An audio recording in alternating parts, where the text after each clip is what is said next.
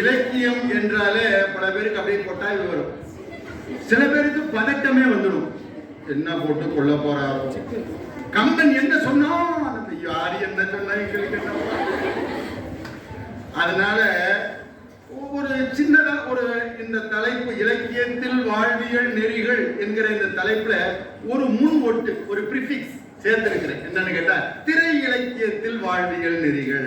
கொஞ்சம் அப்படி இப்படி பாடி அப்படியாவது நிமிர்ந்து உட்காருவாங்கல்ல பிள்ளைகள், அப்ப கொஞ்சம் சலிப்பு தட்டாம போகும் இல்ல, அதுக்காக அப்படி ஒரு வேலையை பார்த்திருக்கிறேன்.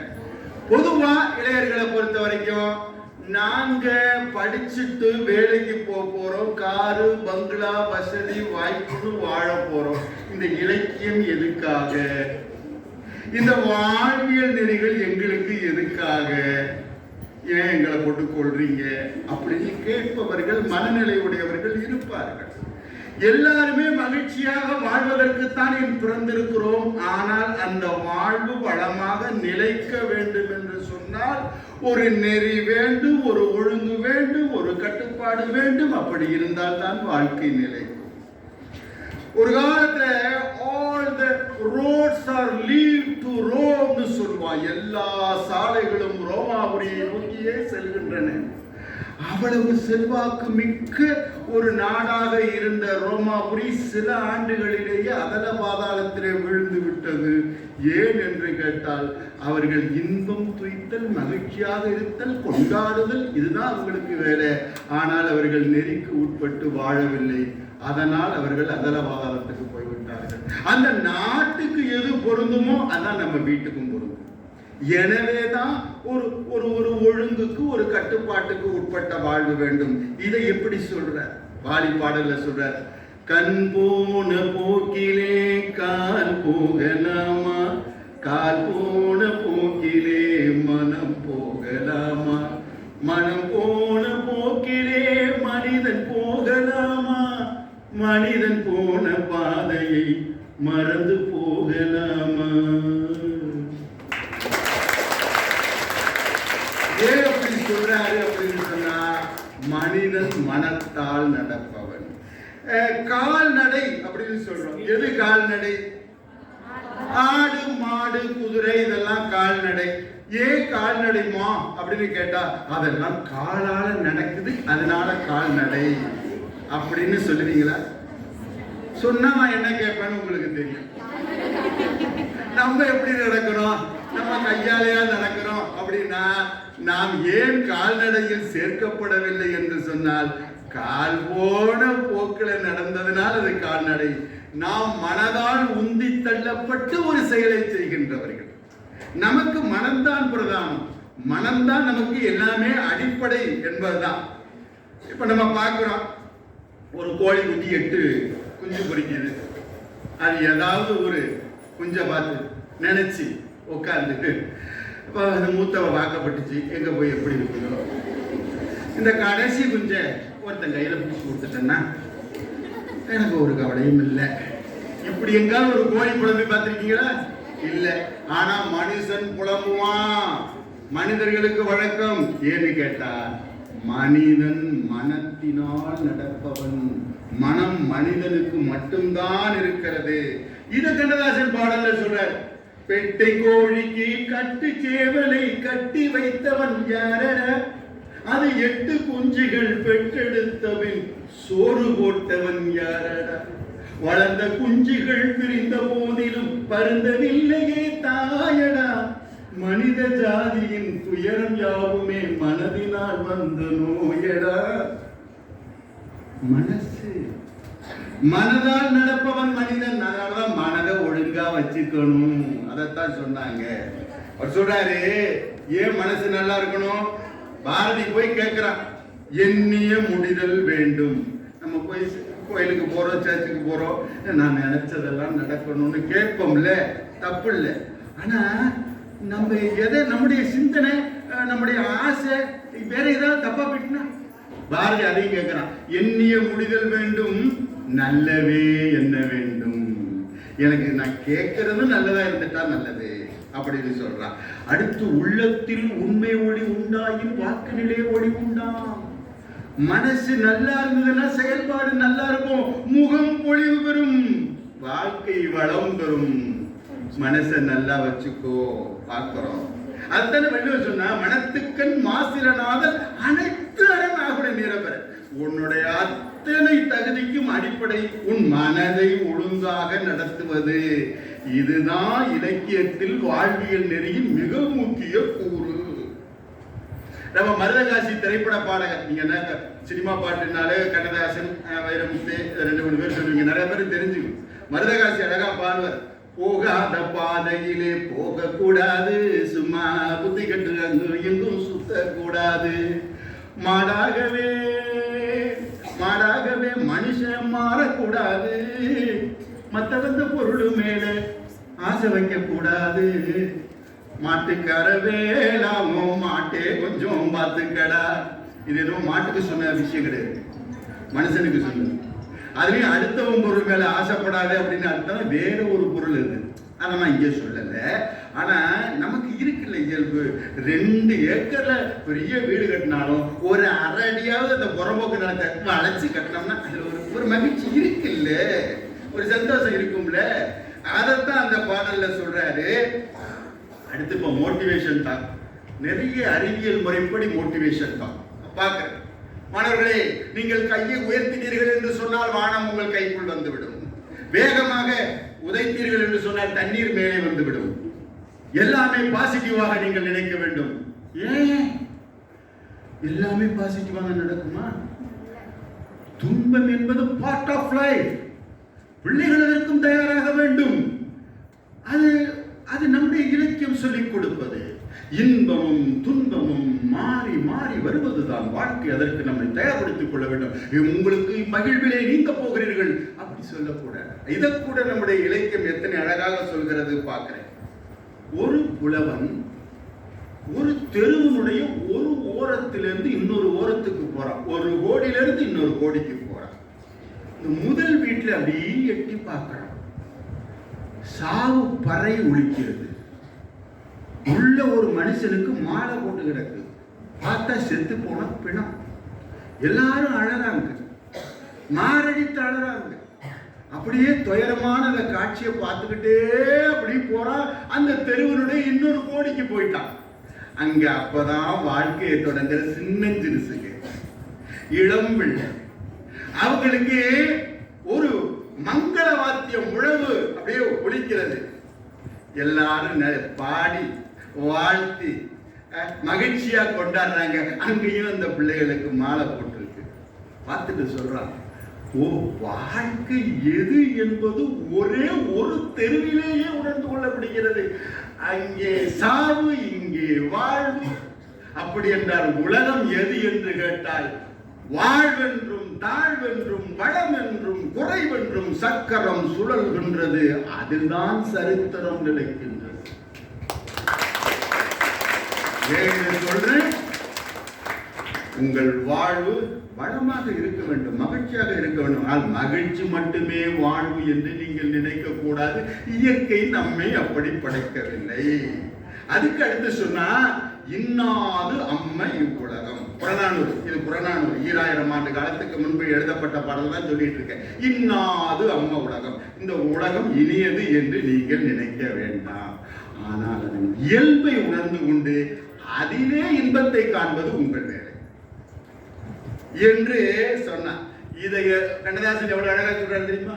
வாழ்க்கை என்றால் 1000 இருக்கும், வாசல் தோறும் வேதனை இருக்கும், வந்த துன்பம் எது என்றாலும் வாடி நின்றால் ஓடுவதில்லை, உனக்கும் கீழே உள்ளவர் கோடி, நினைத்து பார்த்து நிம்மதி நாடு, மயக்கமா கலக்கமா மனதிலே குழப்பமா. அடடா, இந்த சின்னஞ்சிறு மாணவியர்களுக்கு அந்த பாடல் தெரிந்திருக்கிறதே, ரொம்ப மகிழ்ச்சி. பொதுவா ஒரு உற்சாகத்தை வரவழைத்துக் கொள்ள வேண்டும். எப்படி இருந்தாலும் இப்ப நான் எங்கேயாவது நான் கேட்டு எப்படி இருக்கீங்க அப்படின்னா, இருக்க ஏதா இருக்க, உங்க புண்ணியத்தில் இருக்கிறேன், வெந்தயத்தை விட்டு விதியை நினைச்சுட்டு கிடக்கிறேன், ஏன் நல்லா இருக்கா அப்படியே அப்படியே பரவிடவன் எனக்கு நான் அருமையா இருக்கிறேன் சொன்னதான் நல்லது அப்படி பரவ அப்படி இல்லை. உற்சாகத்தை வரவழைத்துக் கொள்ளணும். ஏன் இதை சொல்றேன்னா பாரதி கிட்ட அடுத்த வேலைக்கு சாப்பாட்டுக்கு வழி இல்லாத சூழ்நிலையில் தான் அவன் சொன்னா, எத்தனை கோடி இன்பம் வைத்தாய் இறைவா. இந்த உலகம் எத்தனை கோடி இன்பமா, எத்தனை இயற்கை காட்சிகள், எத்தனை எத்தனை புதுமைகள். இப்ப நீர் மேலாண்மை பத்தி அவர் சொல்லுகின்ற போது சோழர் காலத்தில் இப்படி வாழ்ந்திருக்கிறோம், இப்படிப்பட்ட சமூகத்தில் நாம் ஒரு அங்கம் நினைக்கும் போது நமக்கு ஒரு திமிர் இருக்குல்ல, மகிழ்ச்சி இருக்குல்ல, ஒரு பழமையான இனம் என்பது. ஆக இந்த உற்சாகம் எங்க இருக்குன்னா மனசுதான். இப்ப ஒரு 5 ஸ்டார் ஹோட்டல்ல ஐஸ் வாட்டர் அப்படின்னு சொல்லி வாங்கி குடிச்சுட்டு கூட வேதனையில இருக்கிறவங்க இருப்பான், மனசுதான் காரணம். ஆனா சாதாரண பழைய சோறு, என்எஸ் கிருஷ்ணன் ஒரு பழைய படத்துல ஒரு பழைய சோத்தை தின்னுக்கிட்டு மிளகாயை கடிச்சுக்கிட்டு கடைசி அந்த தண்ணி எடுத்து குடிப்பார். இதைத்தான் அமுதம்னு சொன்னாங்களோ அப்படிம்பார். எங்க இருக்கு மகிழ்ச்சி? மனசுல இருக்கு, அனுபவிக்கிற எண்ணத்துல இருக்கு. உலகம் பிறந்தது எனக்காக, ஓடும் நதிகளும் எனக்காக, மலர்கள் மலர்வது எனக்காக, அன்னை மடியை விரித்தால் எனக்காக, உலகம் பிறந்தது எனக்காக. இது நம்ம உலகம், நமக்காக படைக்கப்பட்டது. நாம் அதெல்லாம் வாழ்வதற்கு உரியவர்கள். இந்த உற்சாகத்தை வரவழைத்துக் கொள்ள வேண்டும்.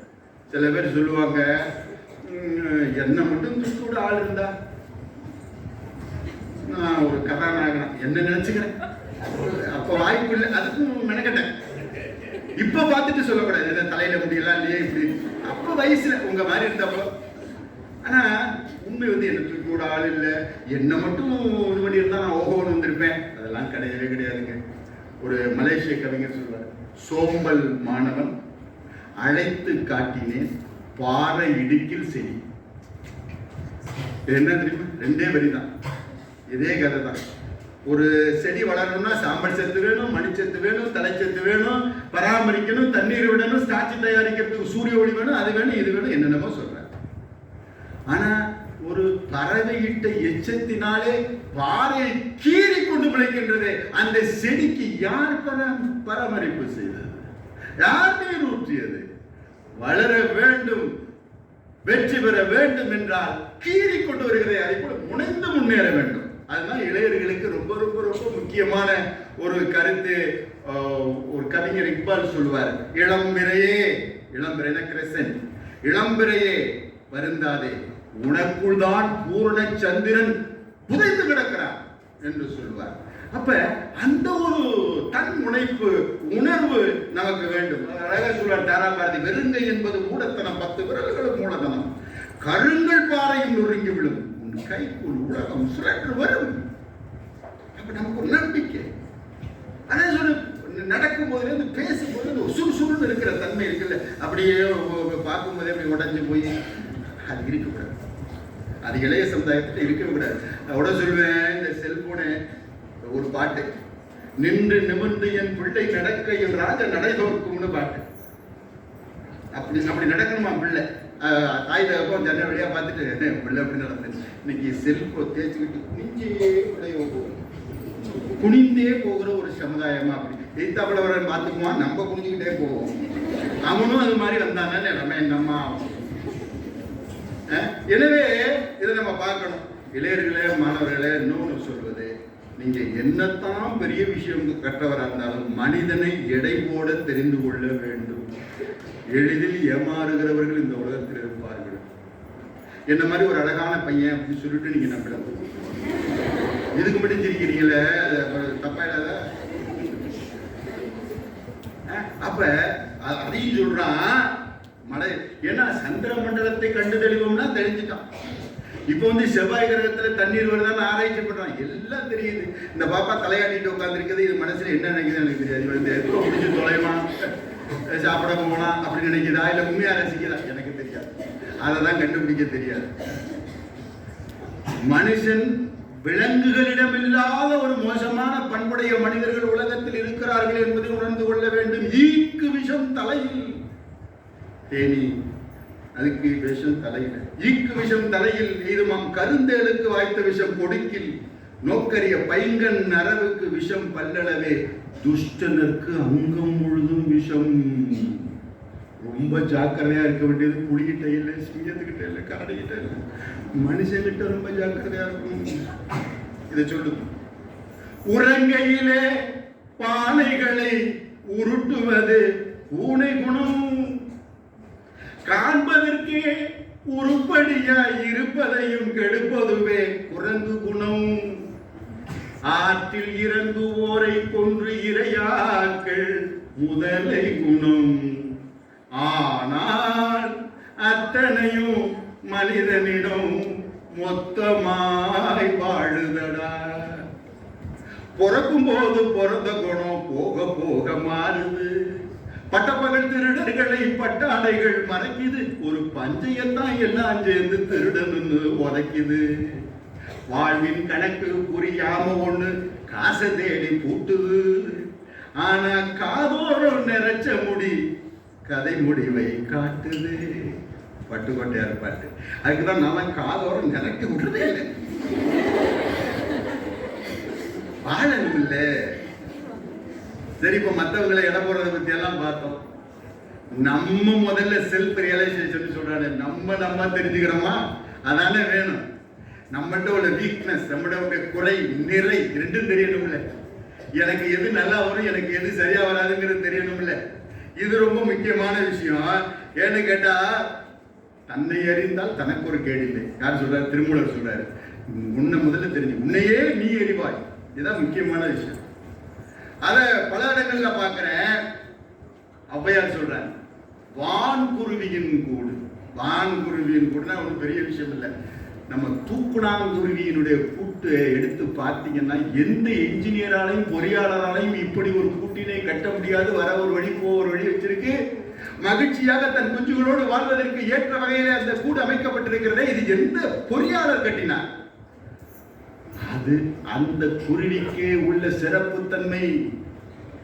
அங்கே கரையான் புற்று கட்டுகிறதே. செங்கல் இல்லை, சிமெண்ட் இல்லை, இரும்பு தேவையில்லை, எதுவும் இல்லை. ஆனால் அதால் கட்டமிட்டிருக்கிறது. சிலந்தியை பார்க்கிறோம். இத்தனை தெளிவாக இத்தனை இடம் விட்டு ஒரே மாதிரியாக சிலந்தி வலையை உன்னால் பின்ன முடியுமா? தேர்ந்தெடுக்கிற மெக்கானிசம் இன்று வரை எந்த பொறியாளர்களும் கண்டுபிடிக்க முடியவில்லையே. தேனி 40 கிலோமீட்டர் தாண்டி போய் அங்கே தேனை உறிஞ்சுகிறது. மீண்டும் வந்த இடத்திற்கே வந்து விடுகிறது. ஜிபிஎஸ் எல்லாம் அப்போது கிடையாது, அதனிடம் இல்லை. அதன் பிறகு அடுத்த 3 மாதங்களுக்கு அந்த பக்கம் போகாது. ஏன்? எடுத்துட்டோம்ல, இருக்காது, இல்ல போகாது. இந்த அளவிற்கு அதுக்கு ஒரு தனித்தன்மை இருக்கிறது. இதை சொன்ன ஔவை வாழ்வியல் நெறிகள் என்று சொல்லி இருக்கிறீர்களே. எனக்கு கொடுத்திருக்கிற தலைப்பு அருமையான ஒரு தலைப்பினை ஊட்டி நான் பேசிக் கொண்டிருக்கிறேன். ஏன் இதை சொன்னார் என்றால், வான்குருவியின் கூடு வல்லரக்கு தொல்கரையார் தேன் சிலந்தி இவை யாவருக்கும் ஒன்றெளிதான். ஏம்மா, நீயும் சரி உன் தோழியும் சரி வேஸ்ட் கிடையாது. யாரையும் சொல்லவும் சொல்லாதீங்க. ஆண்டவனின் படைப்பில் அத்தனை பேருக்கும் ஏதோ ஒரு திறனை கொடுத்துத்தான் அனுப்பியிருக்கிறான். அது என்னவென்று அறிதலிலே புரிதலிலே உனக்கு இருக்கிற கோளாறு தான் தவறாகவே தவிர அதை புரிந்து கொண்டு விட்டாய் என்றால் ஒவ்வொருவருக்கும் வருவது வழக்கமாக பாடுகிற ஒரு பேர் வரவில்லை என்பதற்காக இந்த திருவாரூர்ல ஒரு பெண்ணு பிரியங்கா ஒரு பெண்ணை ஏற்றி இன்னைக்கு வாழ்த்து பாட்டை நீ பாடுமா. அது வரைக்கும் அந்த பொண்ணுக்கு தெரியாம நல்லா பாடுவோம். இது பாடி இருக்கு டீச்சர், குரல் நல்லா இருக்க, அருமையா இருக்கு. அப்புறம் சூப்பர் சிங்கர்ல போய் பாடி அந்த பொண்ணு பரிசுகள் வாங்குது.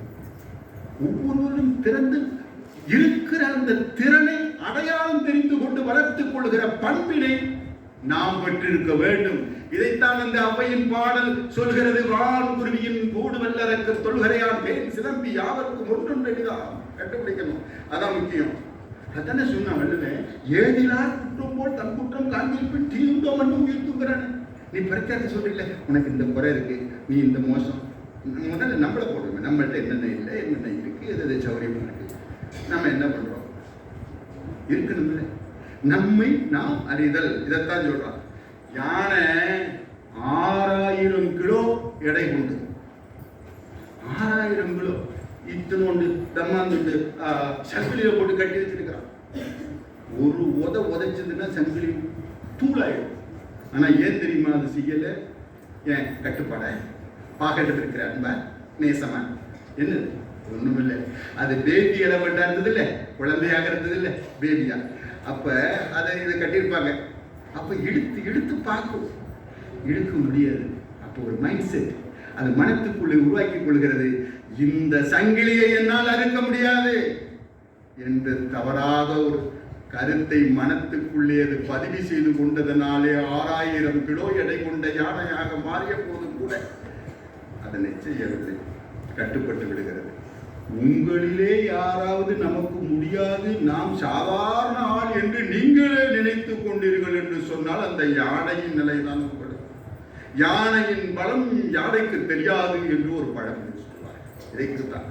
எனவே நீங்கள் ஒவ்வொருவரும் எத்தனை திறன் வாய்ந்தவர்களாக மாற்றி வெவ்வேறு திறன் இருக்கிறது. அதை கண்டுபிடித்தலே உங்கள் கவனத்தை செலுத்த வேண்டும் என்பதைத்தான் நம் இலக்கியங்கள் சொல்கின்றன. இதை நம்ம பாட்டு சொல்லுது. உன்னை ஏறிந்தால் நீ உன்னை ஏறிந்தால் உலகத்தில் போராடலாம், வாழ்ந்தாலும் தாழ்ந்தாலும் தலை வணங்காமல் நீ வாழலாம். இல்லையா? அப்ப நம்ம இதை நினைவில் வைத்துக் கொள்ள வேண்டும். அடுத்தது ரொம்ப முக்கியமானது முடிவெடுக்கிறது, டிசிஷன் மேக்கிங் அப்படின்னு சொல்லி அறிவியல் பூர்வமாகவே பல பட்டறைகள் நடத்துறாங்க. அதைத்தான் வள்ளுவன் சொன்ன எண்ணித்துணிக கனிமம். பரவாயில்ல, ரொம்ப பிள்ளைகளும் ரொம்ப உடன் வர்றாங்க. இப்போ பார்க்குறோம், ஐடி படித்தா எதிர்காலத்தில் வாழ்வு இருக்குமா? இப்போ புதுசாக ஏஐன்னு சொல்கிறாங்க, ஆர்டிஃபிஷியல் இன்டெலிஜென்ஸ். அது பயனாக இருக்குமா? தப்பு இல்லையே, யோசிக்கத்தானே வேணும். சுரேஷை கட்டுறதா ரமேஷை கட்டுறதா? தப்பு இல்லையே, வாழ்க்கை முக்கியம்தான். கமலாவா விமலாவா? யோசிக்க வேண்டியது தானே. ஏன் சொல்றேன்னா, 1/2 கிலோ கத்திரிக்காய் வாங்குறதுக்கு இப்படி பிதுக்கி இப்படி உருட்டி இப்படி பார்த்து அப்படி பார்த்து வாங்குறதுக்கு வாழ்க்கையை ரொம்ப ஈஸியாக முடிவு பண்ணிடுறாங்க சில பிள்ளைங்க. ஒரு பொண்ணுகிட்ட கேட்டேன், ஏமா அந்த பையனை எப்படி செலக்ட் பண்ணேன்னு. அவனுக்கு சுருட்ட முடி இருந்தது. நான் அப்பதான் சொன்னேன், எனக்கும் ஒரு காலத்துல சுருட்ட முடி இருந்தது. விளையாட்டுகள் இந்த இரா காமராஜ் பேராசிரியர் உட்கார்ந்துருக்கிறேன் பார்த்தீங்களா? நான் ஏதோ வந்து பணம் கொடுத்து சொல்ல சொல்லல. அப்ப இதெல்லாமா வச்சு ஒரு கிரைட்டீரியாவாக வச்சு செய்வாங்க. அது முடிவெடுத்தல்ங்கிறது எத்தனை முக்கியமான விஷயம் நம்ம பார்க்கிறோம். இதை கூட இலக்கியம் எத்தனை அழகா பதிவு செய்து சுந்தர ராமசாமி ஒரு பாட்டை ஒரு கவிதை எழுதுறாரு. 3 டைரக்ஷன் கொடுக்குறாரு. ஒன்று மூடின கதவு, இன்னொன்று திறந்த கதவு, இன்னொன்று ஒருக்கடித்த கதவு. நல்ல சொற்கள். ஒருக்கடித்தனா ஒரு பாதி திறந்து பாதி இருக்கிறது ஒருக்கடித்தல். காற்று மூடிய கதவை முட்டி தள்ளியது, முடியல போயிட்டு. காற்று திறந்த கதையினுடையாக நுழைந்து சென்றது, பிரச்சனை இல்லை. அடுத்து சொல்றாரு, காற்று ஒருக்கடித்த கதவை அடித்து நொறுக்கியது. ஒன்று திற அல்லது மூடு, ஒன்று அந்த முடிவிடு இல்லை இந்த முடிவிடு. இது என்ன நடுவில் இப்படி? ஒரு சாதாரண கதவின் வழியாக வாழ்வியல் பாடத்தை இலக்கியம் சொல்கிறது. நாம் புரிந்து கொள்ள வேண்டும். ஏனென்றால் முடிவெடுத்தல் என்பது மிக மிக வாழ்வில் முக்கியமான ஒன்று. இன்னும் சில ரோ நாட் டேக்கன் என்று ஆங்கிலத்திலே ஒரு கவிதை இருக்கிறது. அந்த கவிதையும் இதைத்தான் சொல்லும். ஒரு குறிப்பிட்ட நிலைக்கு பிறகு எந்த முடிவை எடுப்பது என்பது நமக்கு குழப்பமான ஒன்று. இங்க இருக்கிற அன்பு சகோதரிகளே, பிள்ளைகளே, பாசத்துக்குரிய குழந்தைகளே, நீங்கள் எல்லாம் குறிப்பு எடுக்கிறீர்கள் என்றவுடன் எனக்கு ஆவலாக இருக்கிறது. இப்படி ஒரு அருமையான பிள்ளைகள் மத்தியிலே என்னென்ன சில இடங்கள்ல நானும் பேசுவேன், அவங்களும் பேசுவாங்க. நல்லா அப்படி இல்லாம இத்தனை அமைதியாக கேட்கிற பிள்ளைகளிடம் சொல்கின்றேன், இலக்கியத்தை ஆழ்ந்து கற்க வேண்டும் என்று சொல்றேன். நான் ஒரு மாணவர்கிட்ட பேசிட்டு இருக்கும்போது ஜோன் ஆஃப் ஆர்க் என்கிற ஒரு பெண், பிரான்ஸ் நாட்டு பெண்ணை பற்றி பேசிக் கொண்டிருந்தேன். யாரு சிலருக்கு அறிந்திருக்க கூடும். இன்றைக்கும் பிரான்ஸ் நாட்டிலே ஒரு தேவதையாக மதிக்கத்தக்க ஒரு பெண். இன்றைக்கும் பிரான்ஸ் நாடு சென்றீர்கள் என்று சொன்னால் ஆங்காங்கே சிலை இருக்கிறது. ஜோன் ஆஃப் ஆர்க் 19 வயதிலே மரண தண்டனையை தழுவிய பெண். அவர் ஒரு கிளர்ச்சியாளர் என்று சொல்லி அந்த பெண்ணை கொண்டு போய் மத நிந்தனை கோர்ட் அக்காலத்தில் இருந்தது, அதிலே கொண்டு போய் அந்த பெண்ணை நிறுத்தி தீயிட்டு கொளுத்தி கொள்ளுவது என்பது அன்றைக்கு தண்டனை. சுற்றி மக்கள் இருக்க வேண்டும், அப்போதுதான் அவர்கள் பயப்படுவார்கள் அரசாங்கத்தை. அப்படி ஒரு தண்டனை கொடுக்கப்பட்டிருந்தது. அப்போது அந்த ஜோனா பார்க் 19 வயது பெண் இன்னும் சற்று நேரத்தில் எரித்து கொலை செய்யப்படக்கூடிய தண்டனையை எதிர்நோக்கி காத்திருக்கிறார். அப்போது 2 காவலர்கள் கையிலே தீப்பந்தத்தை ஏந்தி கொண்டு வருகிறார்கள். மணி ஒலிக்கிறது. 2 பேரும் நடந்து வருகிறார்கள். அந்த காவலர்கள் இன்னும் சற்று நேரத்தில் நாம் எரிந்து உயிர் திறக்க போகிறோம் என்று தெரிந்து அந்த வேளையிலே அவர் சொல்கிறார், அண்ணே நில்லுங்க. யாரு? அந்த 2 தீப்பந்தத்தை கொண்டு வந்தவர்களை நோக்கி. சுற்றி ஏராளமான கூட்டம். சொல்கிறார், இங்கே என்னை சுற்றி எண்ணெய் ஊத்தப்பட்டிருக்கிறது, அது உங்களை தாக்கக்கூடும், நீங்கள் உயிரிழக்கக்கூடும், எனவே நின்ற இடத்திலிருந்து என் மீது வீசிவிடுங்கள் என்று சொன்னார். அந்த காவலர்களுக்கு கை நடுக்க ஆரம்பித்து அழுது விட்டார்கள். இறந்து போகிற துளியில் கூட அந்த நேரத்தில் கூடவா இன்னொருவருடைய நிலத்திலே சிந்தனை என்று சொன்னார். இதெல்லாம் ஜோனா பார்க்க பற்றி திரைப்படமே வந்திருக்கிறது. அது கட்டுக்கதையில் 1500 நடந்த பதிவேட்டிலே இருக்கின்ற ஒரு பெண்ணின் வாழ்க்கை வரலாற்றை சொன்னேன். இதை சொன்ன போது கண்கலங்கிய ஒருவன் கேட்டான், கண்ணகி மட்டும் தனக்கான ஒரு சிக்கலுக்காக பிரச்சனைக்காக மதுரையவே எரித்தாள் என்று சொல்வது எப்படி பொருத்தமுடையதாக இருக்கும் என்று சொன்னார்.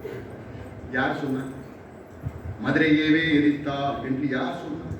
நாம ஒரு பேச்சு வழக்கில் சொல்றோம். அவ பேசும்போது சொல்ற, அவள் அந்த ஆத்திரத்தில் கூட அறிவிழக்காமல் சொல்றாள், அறவோர் பசு பத்தினி பெண்டீர் மூத்தோர் குளவி எனும் இவரை கைவிட்டு தீத்திரத்தார் பக்கம் சாய்க. கெட்டவங்களை கொள்ளு, கெட்டவங்க போகட்டும். எப்ப ஆத்திரத்தில் கூட அறிவிழக்கவில்லை. தீத்திரத்தார் பக்கம் தீ சாய்க. தண்டனைக்கு உரியவர்கள், வாழ்வதற்கு ஏற்றவர்கள் அல்லாதவர்கள் இறந்து போகட்டும் என்று கோபத்தில் சொன்னார். அப்போது கூட அவர் அறிவிழக்கவில்லை. இப்போது பேராசிரியர் திராவிடமணி அவர்கள் பேசும் பொழுது மெல்ல தமிழினி சாகும் என்று அந்த பாட்டை முழுசா சொல்றாங்க. சில பேர் ஒரு கட்டிங் போட்டு விடுறாங்க. மெல்ல தமிழினி சாகும் என்றே சொல்லிவிட்டான் பாரதி. பாரதி சொல்லுவாங்க, மெல்ல தமிழ் செத்துடுச்சே, முடிஞ்சு போச்சு, எல்லாம் கலப்புங்க அப்படிங்கிற மாதிரி பல கூட்டங்களிலே மெல்ல தமிழினி சாகும் என்று பாரதி மெல்லபடி சொல்லவே இல்லை.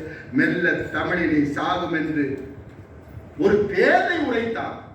அதுதான் அவங்க முழுமையாக சொன்னார். இந்த வசைமொழி நம்மளுக்கு ஆகுமோ அப்படின்னு சொல்லி நான் ஆத்திரப்பட்டேங்கிறான். எதுக்கு சொல்றேன்னா, இலக்கியத்தை ஆழ்ந்து கற்க வேண்டும். நமக்கு தேவையான இடங்களிலே ஒரு கட்டிங் போட்டுட்டு அதை மட்டும் எடுத்துக்க கூடாது. அது மிக தவறான ஒன்று. அடுத்து இங்க பாடல் அறத்தை பத்தி நீங்க பேசணும். அறமெனப்படுவது யாதெனின் ரொம்ப அழகா மணிமேகலை சொல்லுது. மறவாதிகள் மண்ணுயிர்க்கெல்லாம் உண்டியும் உடையும் உறையுளும். The food, cloth and shelter. இன்னைக்கு உலக நாடுகள் பேசுகின்ற சோசியல் நீட்ஸ், அதை பத்தி அன்றைக்கே மணிமேகலை பேசி இருக்கிறது என்று சொன்னால் எத்தனை பெரிய செம்மாந்த பழமையான செழுமையான மொழிக்கு இனத்திற்கு சொந்தக்காரர்கள் நாம் என்று நீங்கள் எல்லாம் சிந்தித்து பெருமைப்பட வேண்டும். இது கூட லேச கைத்தரலாம்.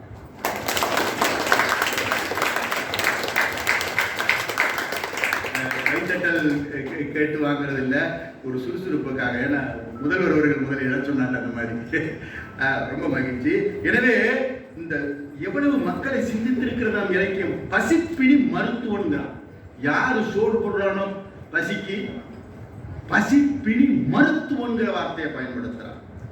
நம்ம வீடுகளில் நம்ம ஜனங்க பார்க்கும்போது நல்லா இருக்கீங்களான்னு கேட்டு அடுத்து சாப்பிட்டீங்களான்னு ஒரு வார்த்தை கேட்கும். அதானே வேணும். விருந்து புறத்தாக சாக மருந்தாலும் கூடாது என்று சொல்வதானே நம்முடைய தமிழ் இலக்கியம்.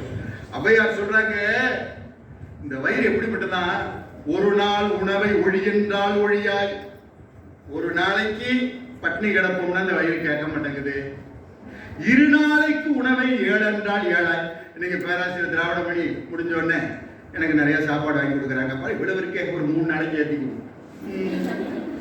ஒரு நாள் உணவை ஒழி என்றால் ஒழியாய், 2 நாளைக்கு 7 என்றால் 7ஆய். ஒரு நாளும் என்னோவு அறியாய், இடும்பை ஊர் என்பகிறே உன்னோடு வாழ்தல் அறிந்திருக்கிறார். வயிற்றை பற்றி, இந்த உணவை பற்றி, அதுதான அடிப்படை உடல் இயக்கத்திற்கு. இதை பற்றி தமிழன் சிந்தித்து நம் இலக்கியத்திலே கொடுத்திருக்கிறார் என்பதை நாம் பார்க்கணும். ஒரு நெல்லிக்கடியை கொண்டு போய் அதிகமாக வாங்கி சாப்பிட வேண்டியது. அந்த சொல்லிட்டாங்க, இதை சாப்பிட்டீங்கன்னா நீண்ட நெடுநாள் இளமையோடு வாழலாம்னு சொல்லியிருக்கான். இப்போ எனக்கெல்லாம் கொடுத்தாங்கன்னா அப்படியே முழிக்கிடுவேன். எவனாவது வாயிலேருந்து விட்டு எடுத்துட்டானா என்ன பண்ணுறது? எனக்கு ஆசையாக இருக்குது, நல்லா வாழணும் அப்படிங்கிற ஆசை எனக்கு இருக்கு. ஆனால் அந்த அதிகமான பாருங்க கொண்டுட்டு போய் அவையாட்ட கொடுக்குறான், சாப்பிட சொல்றான். சாப்பிட்டு முடிச்சோடனே அந்த தன்மையை சொல்றான், இதை சாப்பிட்டா இளமையோட நீண்ட காலம் வாழலாம் என்பதனால உங்களுக்கு கொடுத்தேன். அதையப்பா ஏற்ற மனது கொடுத்தேன், நீ சாப்பிட்டு நல்ல ஆட்சி பண்ணலாம். நீ மன்னன் இல்லை, நான் மன்னன். நான் கூடுதல் காலம் வாழ்ந்திருந்தேன் என்று சொன்னால் அதனால் இந்த பெரிய பெயர். நீங்கள் வாழ்ந்தால் தமிழ் வாழும் ஏராளமான பாடல்களை கொண்டு வந்து கொடுக்கிறீர்கள்.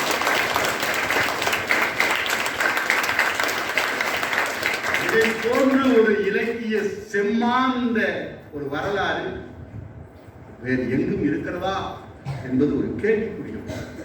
அத்தனை பெருமைப்படக்கூடிய இலக்கியங்கள் நம்மிடையே இருக்கிறது என்பதால் மிகச்சிறப்பு. இயற்கை என்னை தந்ததெல்லாம் எல்லோருக்கும் சொந்தமடா, உனது எனது என்பதெல்லாம் இடையில் மாறும் பந்தமடா. காற்றும் நீரும் வானும் நெருப்பும் பொதுவில் இருக்குது, மனிதன் காலில் பட்ட பூமி மட்டும் பிரிந்து கிடக்குது. நமக்குத்தான் இதயம் குறுகி இருக்கிறது.